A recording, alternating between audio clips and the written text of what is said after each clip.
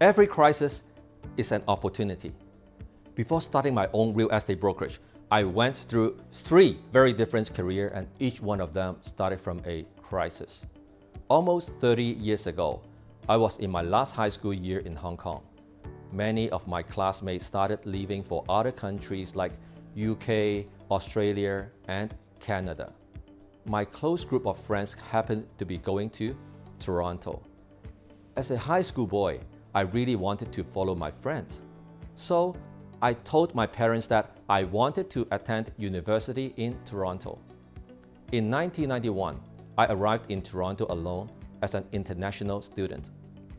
I lived in a basement and attended grade 13 in a neighborhood school. The school was very easy because I had already learned all that stuff in Hong Kong. So I had a lot of time to kill, and I always talk about all these money-making ideas with my friends. Then I got into the University of Toronto for an electrical and computer engineering degree. Tuition fees for international students were very expensive, so I was trying to make some money by delivering pizzas. It didn't take long for me to get sick of doing deliveries, and I wanted to start my first business with 2 other friends instead. Back in the 90s, computers were very expensive. A brand name IBM desktop would cost you $5,000. So most people were buying no-name assembled desktop at around $2,000 each. We had a great idea. How about we buy the computer parts, assemble them together, and then sell the desktop to make money? I asked my dad for money to buy a cheap old car so I could drive around to pick up all the computer parts. The assembling parts was actually the easiest. It only took us around 3 hours to do one desktop. But now the biggest question, who do we sell this desktop to? Back then, the internet was just born. Social media didn't exist. TV, newspaper, magazines, flyers, impossible for poor students to afford. One of my friends was studying at Queen's University in Kingston, 3 hours away from Toronto. He said that it is very hard to buy this assembled computer in Kingston. Students would have to come out to Toronto to buy them. Bingo! Isn't that the perfect market for us to serve? We put up an ad in the computer paper, which was a popular campus paper that students read. The first order came in, and our business officially started. During the week, we were very busy driving around, getting parts and assembling them together at home. Then every Friday, we would take all the assembled desktop to the downtown Greyhound bus station and get them shipped to Kingston. Guess how much net profit we made on each desktop? $300. That was a lot of money for a student. My dad helped me pay my tuition fees, and I was able to take care of all other living expenses on my own. I actually felt like I was rich because it seemed so easy to make money. However much I made, I spent it all. Good thing I still managed to finish my engineering degree. After my graduation, I ran the computer assembly business full-time, and we were making good money.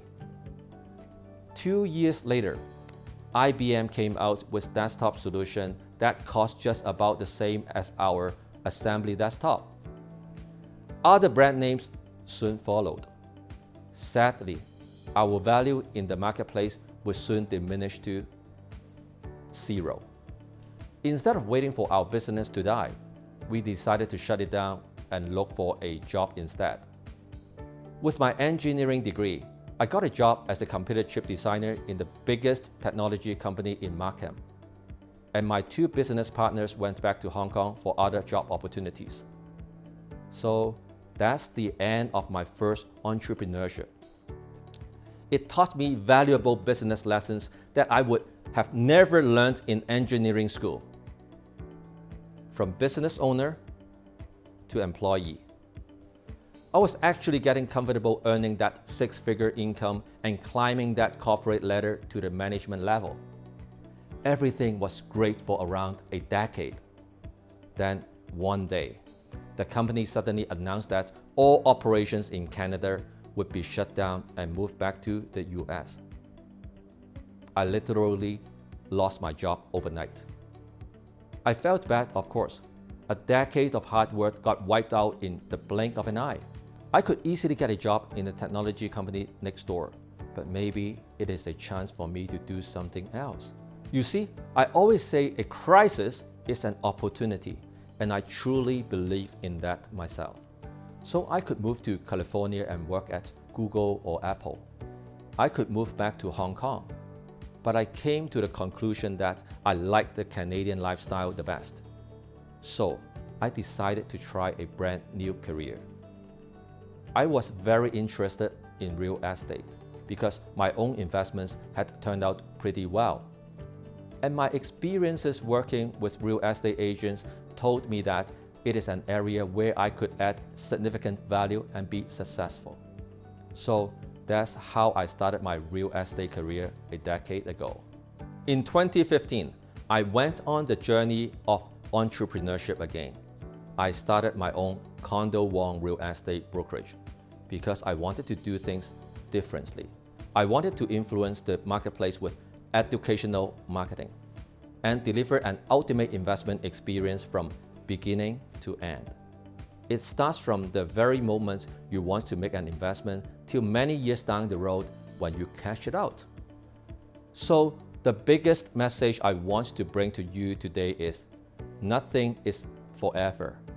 Changes are happening constantly. Don't get too comfortable and don't be afraid of changes. Embrace change. If you can adjust and transform yourself to live with constant changes, you will always be successful. Every crisis is an opportunity, be it your career or your investment. It is all about how you react in the crisis.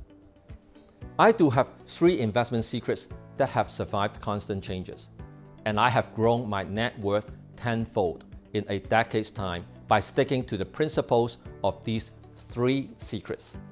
If you want to know what these 3 secrets are, simply register below and I will see you on the other side.